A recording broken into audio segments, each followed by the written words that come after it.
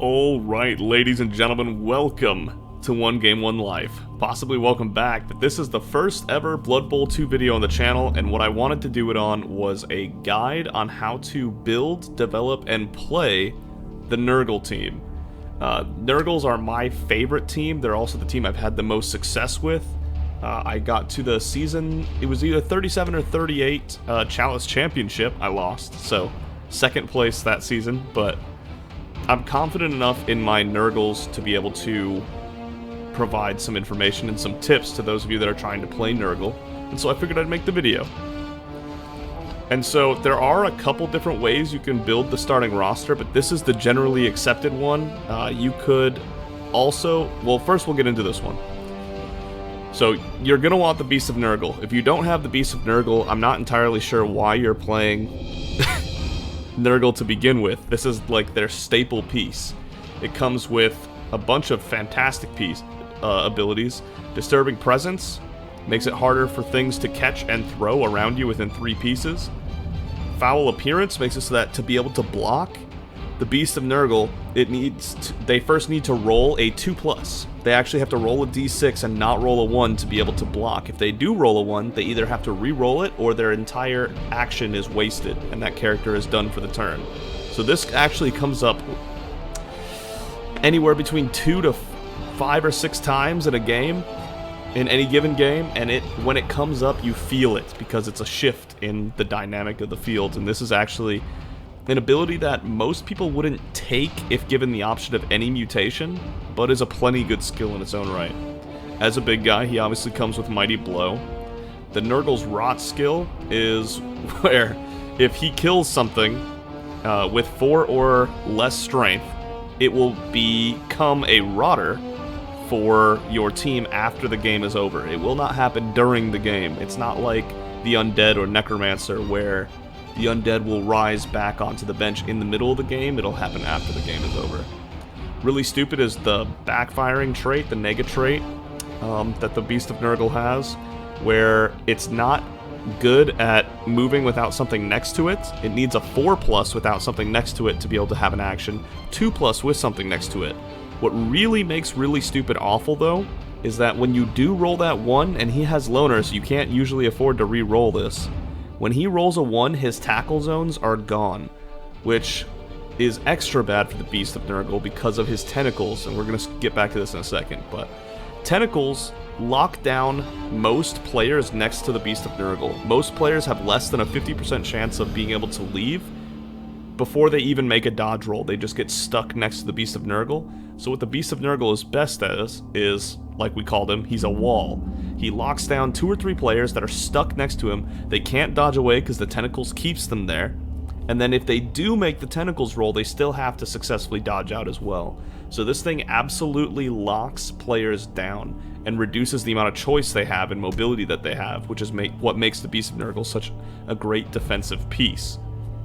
Regeneration is also on all 9 of the main players of the Nurgle team, and this is basically an apothecary, an infinite apothecary for each player.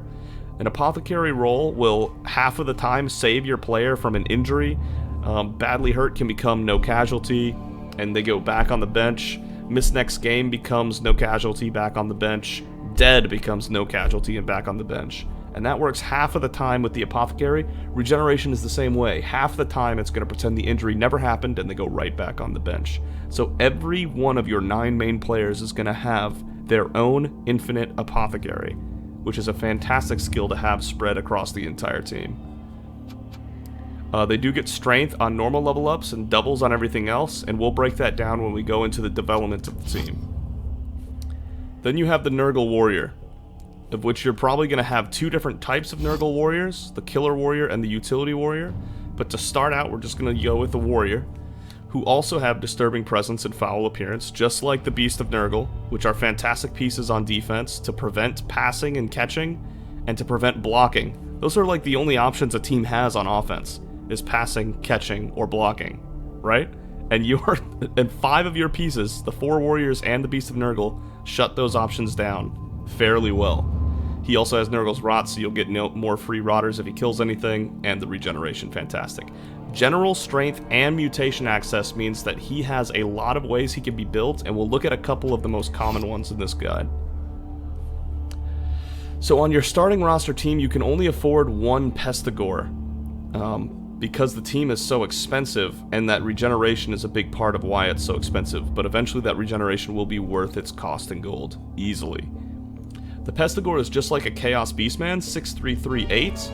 I didn't look at the stats on the previous pieces, my bad. The Beast of Nurgle has a 4519 stat line. Slow, extremely strong, 1 agility doesn't matter, you're not dodging with this thing anyway. And AV9, fantastic.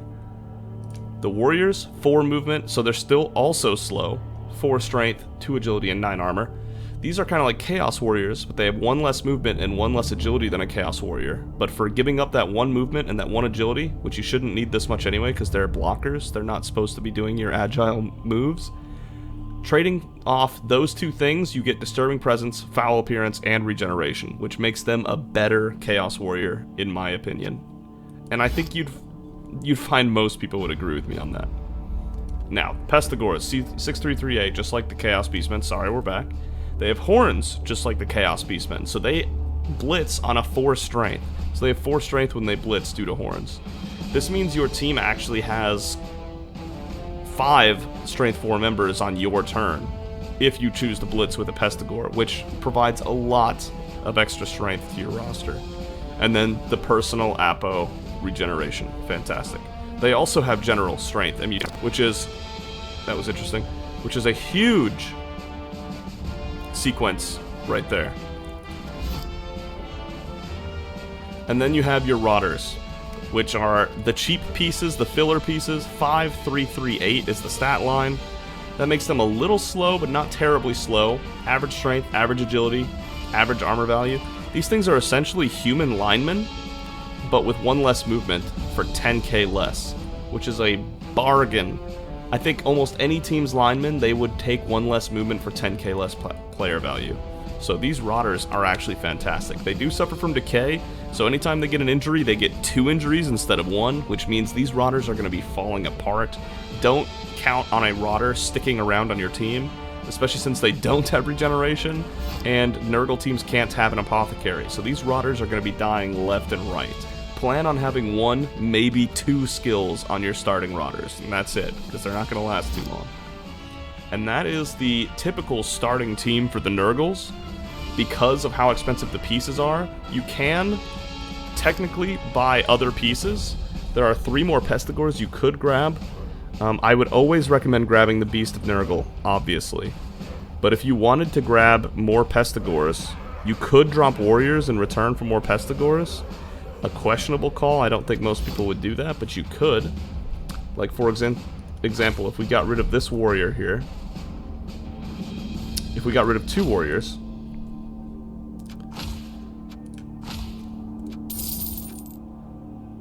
no, even then you can't buy a 3rd reroll with that.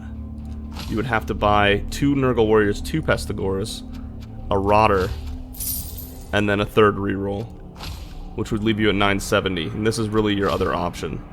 It's not fantastic. This is a far worse team in my opinion. These Nurgle Warriors provide the oomph both on defense and provide the power you need to be able to cage forward on offense.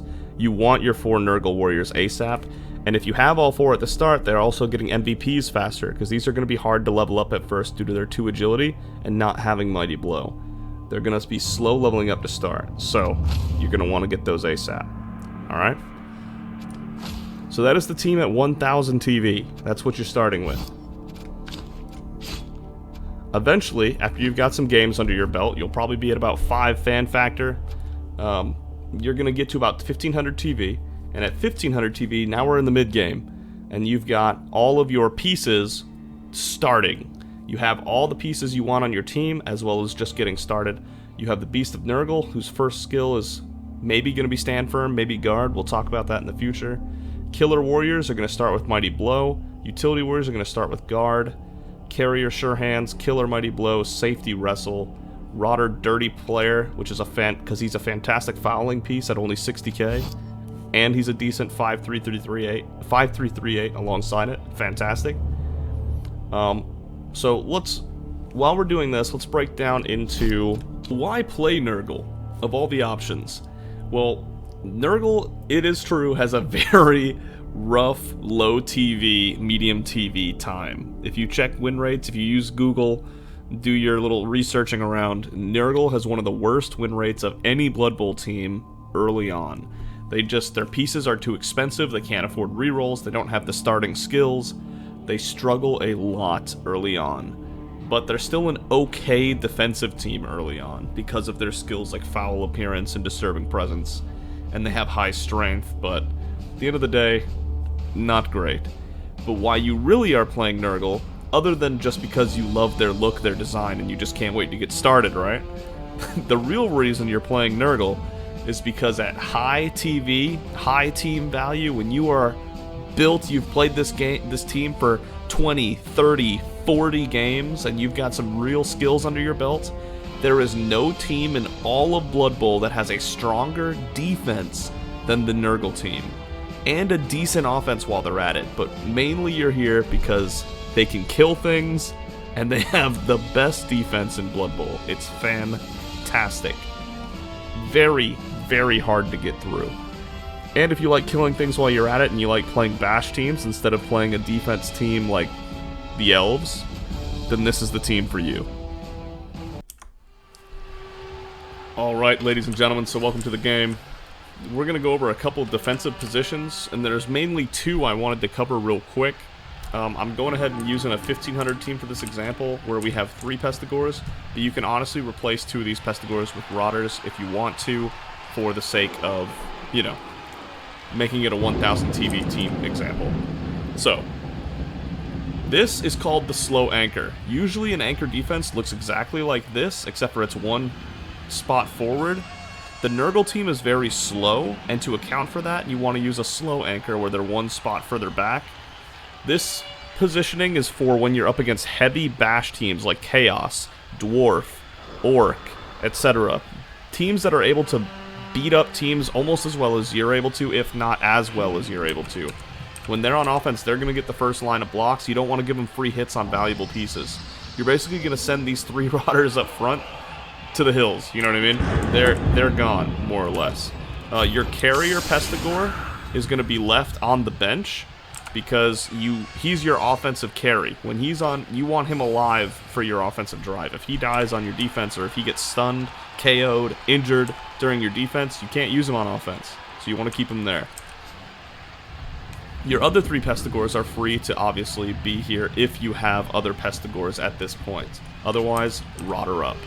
The reason you want the Nurgle Warriors placed this way is that no matter how this Chaos team, Orc team, whatever, charges, they can only hit 1 high value piece. Alright? Because usually you'll also have a Rotter here. But if you have all 4 Pestigores, then one of your safeties, or whatever Pestigore you have 2 of, whether you have 2 carriers, 2 safeties, or 2 killers, you can put your lowest value Pestigore here. So they can only hit your 3 Rotters, 1 of your Warriors, or your lowest value Pestigore. These 5 pieces are 100% safe from this bash team. They cannot be blocked on the first turn, and then you can put them into situations you want to put these 5 pieces into. And this also gives the Beast of Nurgle a chance to be able to move where it wants, to be able to tie up the things it wants to be able to tie up. So this is called the slow anchor defense for when you're up against heavy bash teams. These Rotters will die, probably. I mean, not all on turn 1, obviously, but these 3 Rotters are here to be your filler. They're here to take the hits for you, so that the rest of your team can do what they do best. So just send the Rotters to Valhalla, basically, to heaven, and be ready to defend with these pieces. You've got foul appearance all over. Dirty, disturbing presence, ready to answer anything a bash team can throw at you. So that's the slow anchor. I'm going to go ahead and transition now over to... Alright, so here is the spread defense, 3-5-3, or 3-3-5, however you want to call it. So this defensive setup is actually not for when you're against bash teams, for like the example I gave here, like Wood Elves, an agile team, Skaven, Wood Elves... Anything that's going to try to get by you fast, get around the side, and you're not too worried about their bashing potential. So the reason that this setup is so solid is because from their perspective, They can't get through this line of scrimmage right here without knocking one of these 5 players aside. Alright? And with the Pestigora standing here, to be able to get down the side, they only have 1 player that can touch this Nurgle warrior, which means unless they have something at strength 4, which most agility teams won't, they're going to have to red die to block this guy, which is probably not going to happen. And once you we don't have it yet because this is still a low to mid TV team example that we have, but once you get your 2 utility warriors in the center here to have stand firm, then they can't move these players either without knocking them down. And so you're going to have a Beast of Nurgle ready to reach whatever happens down the middle if they ever do knock these 2 players over. The Beast of Nurgle can reach whatever it needs to. Everybody can reach what they need to right in the center. Even these guys with 4 movement can reach the center of the pitch. And these guys are too strong to be able to be moved aside. So this defense is perfect for being able to deal with any kind of agility. Obviously, we stuck our 3 somewhat useless rotters up front in the center. Because they're rotters, and being your fodder is what they're there for. The Beast of Nurgle at 4 movement can also reach anything in this square of 4 spaces. This Beast of Nurgle has an insane amount of coverage from this spot, and they're not going to be able to move this Beast of Nurgle out of the way. They're just not going to be able to. It's just a fact. So like I said, you get these 2 guys stand firm, and these guys will be stuck. They can't knock these guys out of the way because they can't get assists against them. So going here or going here are their only options on the pitch. And no matter which one they end up doing, they're going to be surrounded by you on the very next turn. So this is a fantastic response to agility-based teams that are looking to score fast, or that are looking to, even if they're not looking to score fast, you could still set up like this so that if they end up not scoring quickly and they end up holding the ball, you have plenty of ability to be able to move pieces where you need to be able to move pieces. Say you have a killer Pestigore right here, you can go in, blitz one of their guys that's closer to your line of scrimmage, put him right back in place, and your defense is still immaculate. And you can keep blitzing them while keeping your defense perfect to be able to answer whenever they decide to finally start playing some offense. So this is the spread defense, 3-3-5 or 3-5-3, however you want to call it. And now we're going to move on to some offensive formations. So, on offense as Nurgle, you have 2 formations mainly to choose from that I see most often, that I use myself. And that is the 7-4 or 7-2-2 offense, as well as the spread offense. And they are for 2 different types of teams. The 7-2-2 or the 7-4 offense is typically used against other heavy bash teams, like up against Chaos here. I need this much front line to be able to punch through this front line and really get all my blocks in and get the offense started on a roll, right? Now, the weakness with this is that you are susceptible to a blitz if the ball lands anywhere in the first half of the field against this bash team, because these beastmen are going to be able to hook around, knock your beastmen out of the way, and then go wherever the ball is going to be. Obviously, they can't cage it up too much or be too safe with it, but it is weak to a blitz. And so even if you're going up against a heavy bash team, if they don't line up heavy on the front line, you can always go with the spread offense. The spread offense is much better against an enemy blitz, and it still provides enough front line to be able to beat through a lot of the linemen that the enemy teams are going to have. Against agility teams like Elves, Skaven, etc., I would always use the spread offense. It's best to not let those agilities teams ever be able to get too far in on a blitz, and you don't need that much front line to be able to beat up 3 elves that get stuck in the front of the row. You know what I mean? So this is the best offense for if you're worried about a blitz, or if you're up against an agility team. That's the spread offense, and then the 7-4 or the 7-2-2 offense is good for against heavy bash teams that try to provide that front line for you to beat up on, and this gets you going forward. So bash teams versus blitz and agility, and those are your 2 offensive formations. You got your ball carrier in the back, as long as one other Pestigore to make sure that he doesn't miss out on something over here, and that's it. Those are the offensive formations. Alright, I noticed that this in editing, just one quick addition that I forgot in the video initially is that if you absolutely want to pick it up with your ball carrier first turn and increase your odds of that absolutely to the most, what you can do is you can put this ball carrier Pestigore here and put the other Pestigore a little in front of it, and then it might, if it lands over in one of these spaces, it's going to take an extra turn for you to be able to cage around your Pestigore. But if you have that extra turn and you're willing to risk taking that extra turn to cage up your Pestigore, you could do this, where you move the Pestigores like this, and make sure your ball carrier gets the ball. Alright. That's all I wanted to add. So, that is low and medium TV Nurgle. That is when these are the parts of the game where Nurgle is not too hot, not too strong, but you're getting there. You're getting closer and closer to that promised land of the extremely powerful high TV Nurgle, and some positions to help you get along your way with the Nurgle team. I hope you enjoyed the guide. I will also be releasing a team development guide for high TV Nurgle, so that you know exactly how I would build Nurgle and some good ideas on how to build some Nurgle positionals to give yourself the greatest odds at building the best Nurgle team you can build. And that video will come out soon after this video comes out. I hope you enjoyed the guide. If you enjoyed the video, consider giving a like, and if you really enjoyed it, consider subscribing, but you don't have to do any of that. Either way, thank you so much for watching, and I hope this guide was helpful to someone out there. And if you play Nurgles in Blood Bowl 2, you're at least on my team. I'm rooting for you. Good luck, enjoy the game, don't get diced. I'll see you next time.